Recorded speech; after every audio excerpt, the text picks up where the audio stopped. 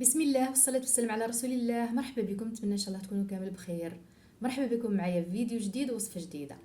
اليوم نشارك معكم وصفة حلوة سهلة وسريعة وبنينة وهشة تذوب في الفم.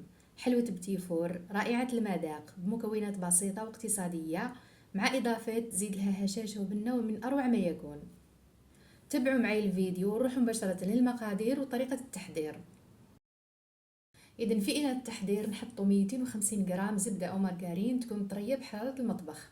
نزيد عليها رشه ملح وكاس من السكر الرطب او الناعم. قياس الكاس اللي استعملته هو 200 مليلتر. نخلط المكونات هكذا مع بعضاهم حتى يتجانسوا. في الاول نخلط الزبده هكذا مع السكر باش ما تطيرناش. نخلطهم مليح هكذا يتجانسوا ويرجع الخليط هذاك ابيض. بعد ذلك نضيف عليهم نصف كاس من الزيت النباتي. نضيفه هكذا بشويه ونخلط هكذا باش يتجانس الزيت مع المكونات الاخرى ويبقى هذاك الخليط كريمي. اذا نخلطهم مليح هكذا، شوفوا كيف رجع الخليط ابيض وكريمي، يعني المكونات تجانست حتى السكر يكون ذاب. وحتى لو ما يذوبش السكر في الاول، يعني كي نحطوا البيض ليه يذوب. بعد ذلك نضيف البيض. ضفت حبه بيض كامله وتنين صفار. نضيفهم هكذا بالتدريج. نحط هكذا البيضه الاولى، نخلطه مليح هكذا، ومن بعد نزيد الصفار، تنين صفار بيض. اذا نحط البيض هكذا بالتدريج ونخلط مليح باه يتجانس مع المكونات الاخرى. كي نطلعوا مليح هذه المكونات هكذا بالباتور تيجي الحلوه هشه وخفيفه بزاف.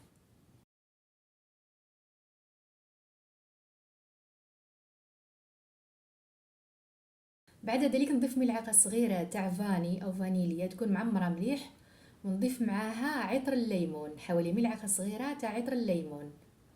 عطر الليمون يمد لها نكهه ويمد لها ذوق رائع. تقدروا تستبدلوه بمبشور الليمون، وإلا ما عندكمش تقدروا تستغنوا عليه، يعني الفاني يكفي. وإنما نضيفوه باه يحسن لنا هذيك النكهة تاع الحلوى والذوق تاعها.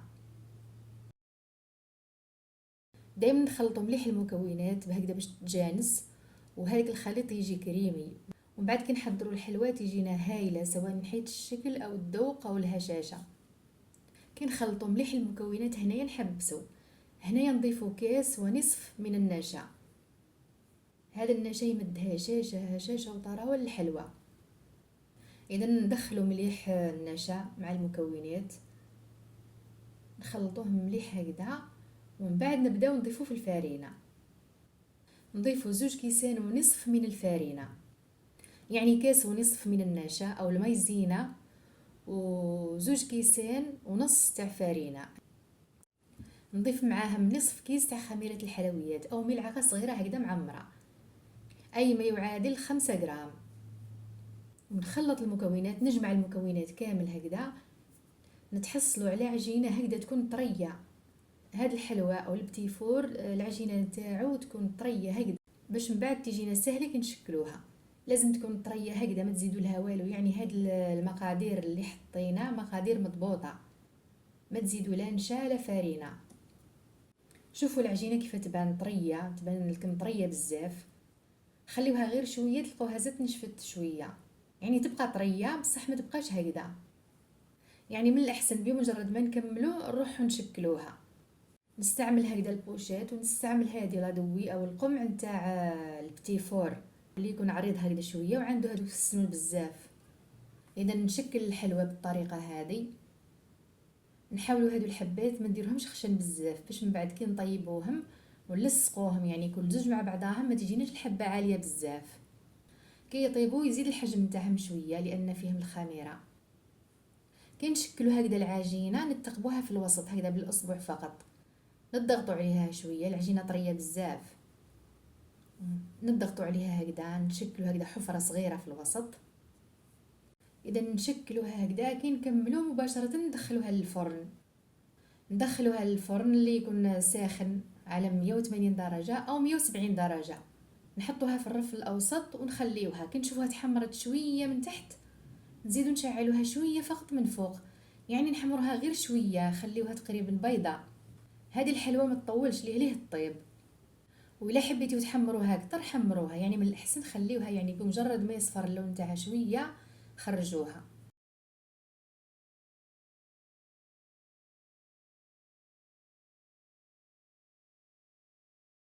هاي هنايا طابت، شوفوا كيف جا اللون تاعها هايل، ماشي حمر وماشي بيضة خلاص، طابت هايله.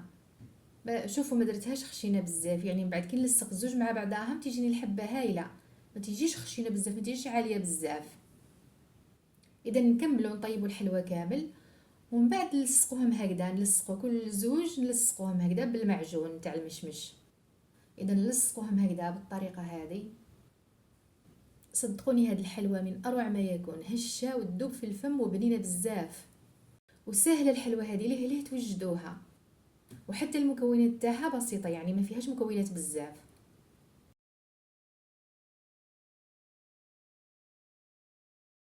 اذا هاي الحلوى اللي هنايا بعد ما لصقت الحبات مع بعضاهم،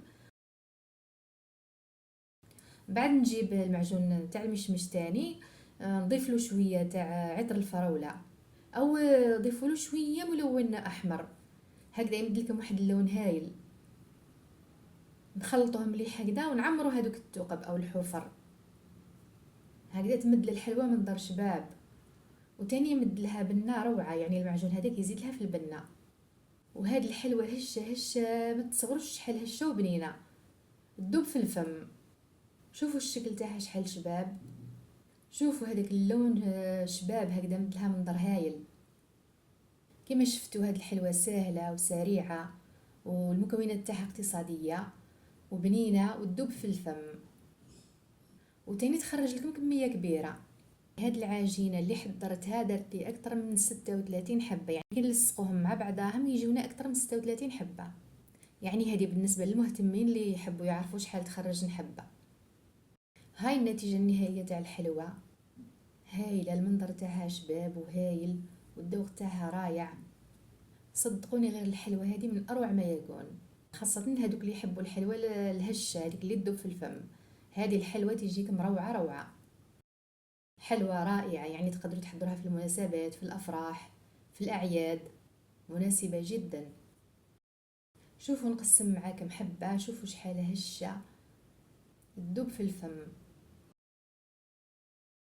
في الاخير نتمنى عجبتكم الوصفة تاع اليوم او الحلوى تاع اليوم.